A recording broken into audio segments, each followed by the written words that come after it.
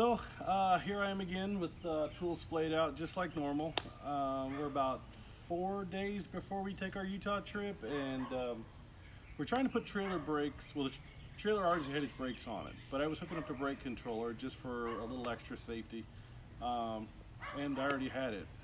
So we put it on, and then something wasn't right, and we took it off, put it back on, and it seems like this brake right here locked completely up, and it wouldn't let go for any reason. And we're looking at it, and I just couldn't get it apart, so he pretty much had to mangle the whole last brake system to get it apart.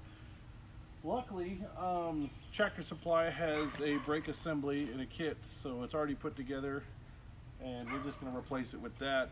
I don't really have enough time to figure it out myself and put the old system back together, so it's just going to cost money, and we're just going to replace the whole brake system hub on both sides, because like I said, I don't got time to dissect it, figure out what was wrong with it, and put it back together. So, should take an hour.